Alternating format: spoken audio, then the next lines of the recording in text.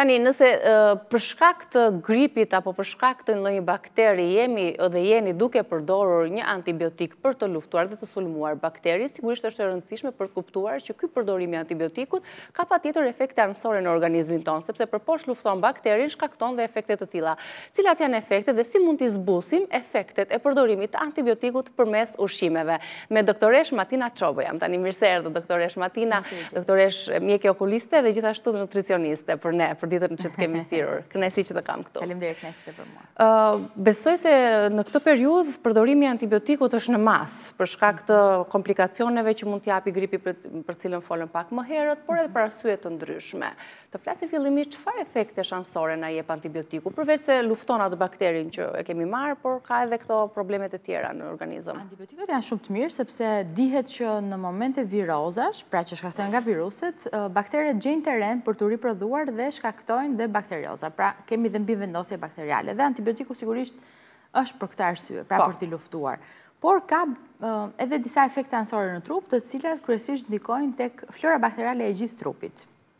Pra bakteret ndikojnë në vrasjen e këtyre baktereve të mira që jetojnë në trupin tonë. Jo vetëm ato intestinale, por edhe në gojë, edhe në organet gjinitale. Pra, pas përdorimit të antibiotikëve, ajo çfarë ne shohim mund t'jenë parazitozat, mund t'jenë shpërthimi i mykut, si pasojë e prishjes së balancës bakteriale, pra të florës bakteriale. Dhe në këto kushte është shumë e rëndësishme të flasim për një dietë të shtuar, pra një menu të ndryshojmë menun gjatë kohës që përdorim antibiotik në mënyrë që ti luftojmë efektet anësore të antibiotikut. Si mund ta rregullojmë organizmin dhe këto efekte? Shpesh ne flasim vetëm për efektet anësore që ka antibiotiku, pra në parim flasim që si ta rimëkëmbim florën bakteriale, por harrojmë dhe një pjesë tjetër shumë të rëndësishme që si duhet ushqim gjatë kohës që ne përdorim një antibiotik. Pra, ato 7 ose 10 ditë që ne jemi në përdorim të një medikamenti shumë të fortë, sepse janë, ndër medikamentet më të forta, mund të ndikojë ushqyerja jonë, jo vetëm në efektivitetin e këtij medikamenti, por nga ana tjetër, vetë medikamenti ndikon në përthithjen e vlerave ushqyese. Pra, janë disa grupe ushqimore të cilat duhet kemi shumë kujdes kur ne jemi në një trajtim antibiotik, siç është të gjitha ushqimet që kanë kalcium. Për shembull, qumshi, djathi, drithërat nga ana tjetër që janë të fortifikuara. Njihet që kalciumi duke u bashkuar me antibiotiku nuk përthithet më në trup. Pra, nëse ne kemi ngrënë, po themi, mëngjesin ton, një kup me drithra me qumësh dhe pim antibiotikun fill pas tij, për fat keq kalciumin ne nuk do ta thithim. Pra, mund të marrim vetëm karbohidratet nga ky vakt, por jo mineralet, sepse antibiotiku vepron, po themi, në të njëjtët receptor në qelizat të caktuara, ashtu siç janë edhe mineralet, pra ndërveprojnë me njëra tjetrën. Siç është kalciumi, është edhe magneziumi. Pra, në të njëjtën formë, nëse ne konsumojmë vaktin shumë pranë antibiotiku, dihet që magneziumi po prap mund të mos përthithet 100%. Ka ushqime të tjera, ose pije të tjera, po themi më saktësisht, që mund të shkaktojnë shumë efekte anësore. Për shembull, kafeina. Nëse ne pim kafen afër antibiotikut, efekti i kafeinës mund të rritet deri në 10 herë në trup.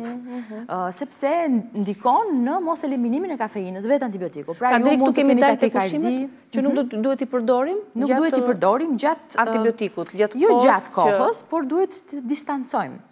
Rekomandimet janë që antibiotiku të merret pas ushqyerjes, në mënyrë që të mos vrasi shumë mukozën të stomakut, por ne duhet kujdesemi për ushqyerjen. Pra duhet keni kujdes që mos kemi ushqime me kalcium pranë, me magnezium, përfishuni për kafeinën sepse do rritet shumë jetëgjatësia e kafeinës në gjak dhe njësoj për alkoolin.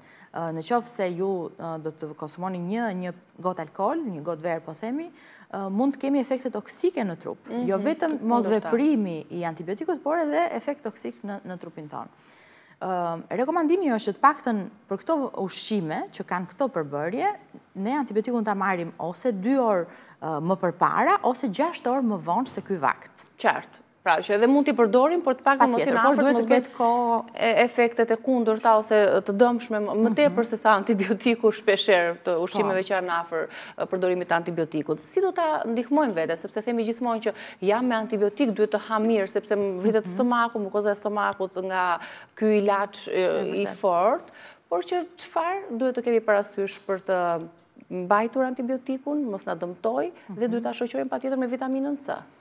Po, por prap edhe kjo vlen. Pra edhe ushqimet citrike janë po prap si kalciumi dhe magneziumi që mund të mos përthithen vlerat ushqyese të tyre. Për shembull portokalli, limoni, çokolata në të njëjtën formë. Thjesht duhet të respektojmë këtë distancën. Pra keni kujdes vetëm me orët, mund të konsumoni mëngjesin, 2 orë më vonë mund të pini antibiotikun, po themi. Në këtë formë duhet të kujdeseni, ndërsa regjimi ushqimor sa më i pasur tjetë, aq më mirë. Për shembull, kur themi sa më i pasur, proteinat, po, proteinat patjetër, karbohidratet sa më komplekse, aq më mirë, pra po flasim për legumet, orizin integral patjetër, patatet e bardha, patatet e ëmbla.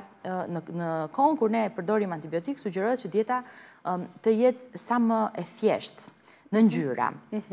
Për të vetmin fakt sepse ndikon tek përthithja e antibiotikut, tek përthithja e vlerave ushqyese ose tek veprimi i antibiotikut.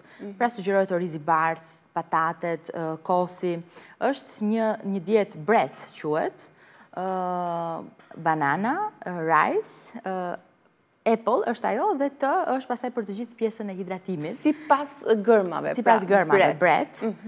Sepse shumë njerëz gjatë kohës që konsumojnë dhe antibiotikun mund të shohin dhe efekte anësore siç është diareja ose mund të kenë nauze, të vjella, që vijnë pikërisht nga ky çakordim i përthithjes së mineraleve në trupin tonë.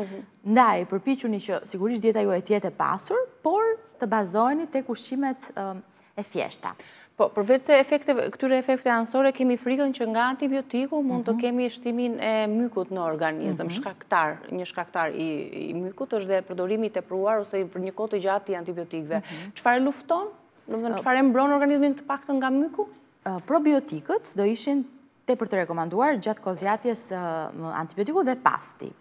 Pra, ose mund të merrni një suplement me probiotik, të paktën për 14 ditë nga fillimi i antibiotikut, pra po themi 7 ditë zgjat kura, edhe 7 ditë të tjera të jetë trupi nën vazhdimin e probiotikëve, ose mund të inkorporoni në regjimin tuaj kosin, kefirin, turshit, kimchi, janë ushqime të cilat kanë sasi shumë të lartë natyrshëm të probiotikëve. Pra, mban sistemin dhe aparatin tretës. Japim, e furnizojmë trupin me bakterie të mira, në mënyrë që edhe ato që vetë antibiotiku mund t'i vrasi, po themi, mund t'i dëmtoj, ne arrim që t'i rikuperojmë. Qartë. Pra, dieta bread, pra jo shumë ngjyra të theksuara, në mënyrë që të ndikojnë mos përthithjen apo jo të vlerave ushqimore të secilit, dhe probiotikët. Këto kishim këshilla përse takon antibiotikët, sepse gjykoj që ka shumë njerëz që kanë nevojë për këtë lloj informacioni. Tani të ndalim pak te forcimi i imunitetit, atë për të cilën ti e bën shumë mirë edhe në Instagramin tënd, doktoresh Martina Çoba, sepse është shumë e rëndësishme në këtë periudhë të flasim për forcimin e imunitetit. Kishe 2 shurupe shumë fantastik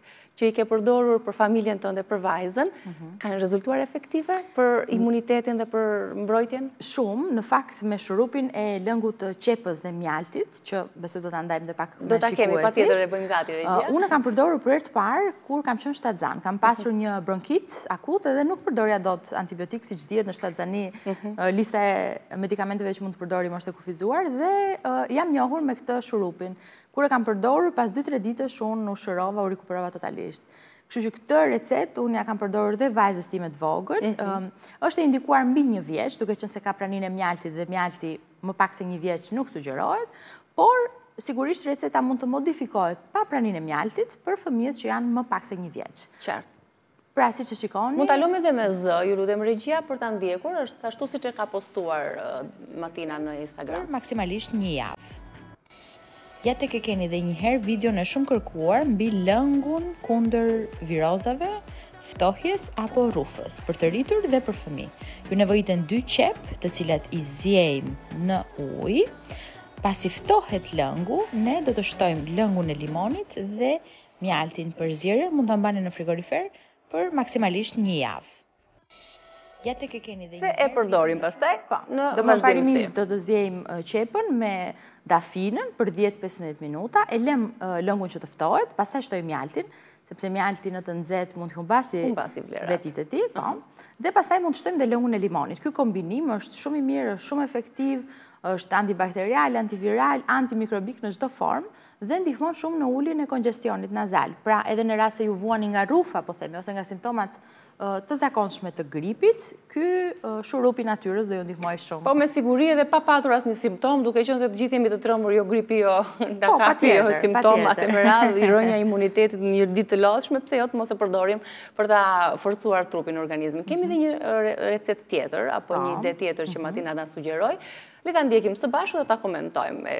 E kemi komentuar në Reelsin që ke publikuar, por pse jo ta zgjerojmë në studio. Në blender do të hidhni ginger, turmerik të freskët ose pluhur, piper të zi, piper të kuq djegës, kanell, 3-4 thelpin hudhur dhe limon. Për zjerjen, pasi ke zhbluar 2-3 minuta, do ta ndani lëngun nga pjesa e ngurtë. Lëngun do ta vendosni në ngrirje dhe sa herë që ju dëshironi të prodhoni një çaj, mjafton të merrni një kub akullit dhe ta shkrini në ujin e valuar. Ndërkohë që me pjesën e ngurtë që në ndam nga smoothie që u formua, ju mund të bëni çaj për 2 ditët e ardhshme. Edhe shumë praktike, duke vendosur në këto forma, duke e bën një herë dhe të zgjat 1 javë, 2 javë, është shumë e mirë. E vetmja që sugjerohet pra vetëm për të rriturit, duke qenë se është shumë djegse, ka shije djegse prej pranisë së piperit, hudrës.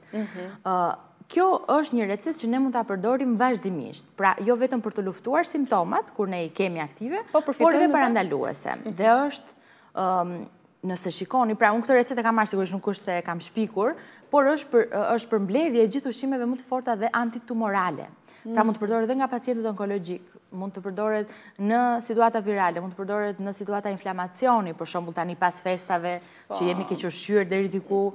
Ky çaj do ju ndihmoj shumë edhe për të bërë pak diurezëm të theksuar, pra për të eliminuar ujërat që mund të kemi akumuluar këtë ditë. Dhe deri në sa kohë, se ka njerëz që ta zgjasin gjithë dimrin edhe nuk kemi efekte. Absolutisht, absolutisht. Thjesht njerëzit që mund të kenë probleme me stomakun, pra me gastritet e ndryshme, ose njerëzit që kanë probleme me traktin mezorën, me hemoroidet, është pak i ndjeshëm, pra mund ta provoni, por në qoftë se do keni përkesim të simptomave, do sugjeroj që të ishte një frekuentim pak më i rrallë. Pra nëse për një njerëz të shëndetshëm mund të jetë 1 në ditë, për këta individ mund të ishte 1 herë në 3-4 ditë, sepse ka shumë përqendrim të lartë të këtyre erëzave. Ne folëm për forcimin e imunitetit dhe përmes këtyre shurupeve, po dhe cilat ushqime të tjera do të na forcojnë imunitetin këtë periudhë dhe cilat ushqime na erëzojnë imunitetin. Pra, çfarë ham pse na erëzohet imuniteti, përveç lodhjes dhe stresit. Për fat të keq, të gjitha ushqimet e procesuara krijojnë inflamacion në trup, sepse trupi natyrshëm nuk arrin dot që t'i tresi ashtu siç duhet. Ushqimet e procesuara përfshihen jo vetëm fast foodet, të gjitha ushqimet për fat keq që ndodhen në raft, pra duke filluar që nga biskotat, ëmbëlsirat e ndryshme, mielli i bardhë që është miell i rafinuar, gjithashtu shkakton inflamacion në trup.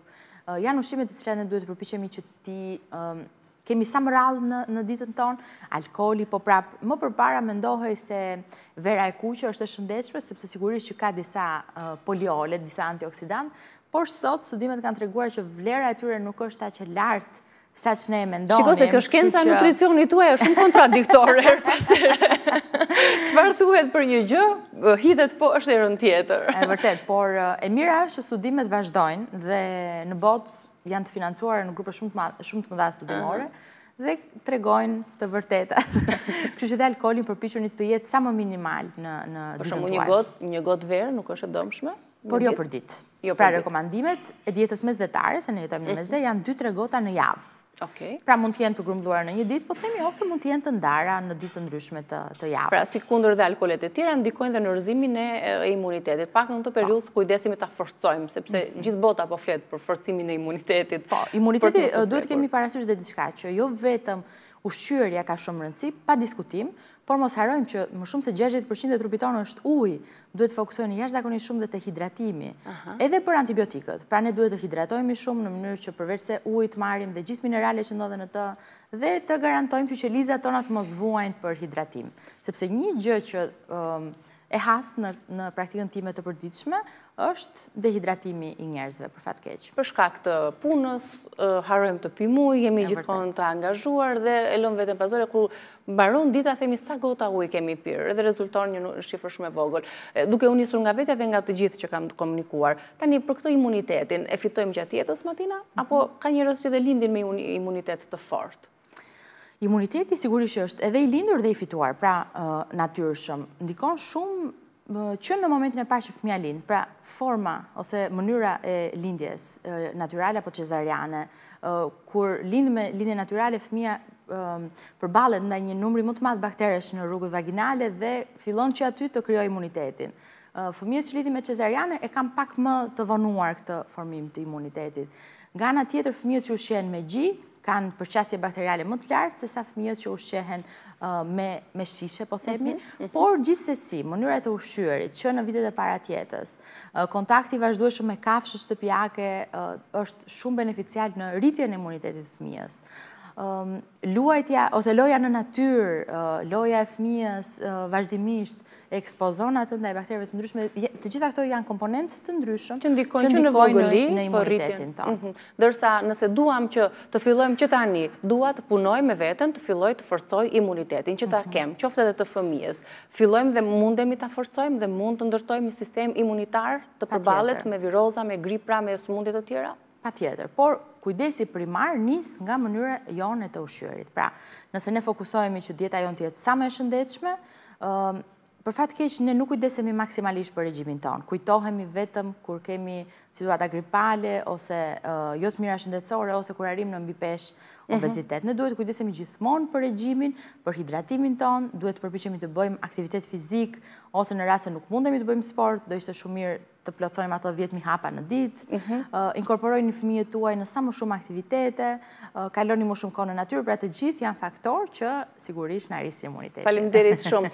Shumë faleminderit Matina, të uroj punë të mbar edhe në të dyja fushat e tua, dy pasionet që ke, edhe nutricion, edhe si mjeke okuliste, edhe si themeluese Fit Health, apo jo që është një nga Fit Foodit. Fit Foodit, më fal, për të gjithë ata që dëshirojnë të marrin dhe dieta të personalizuara, çfarë kërkohet më shumë tani tek Fit Foodi?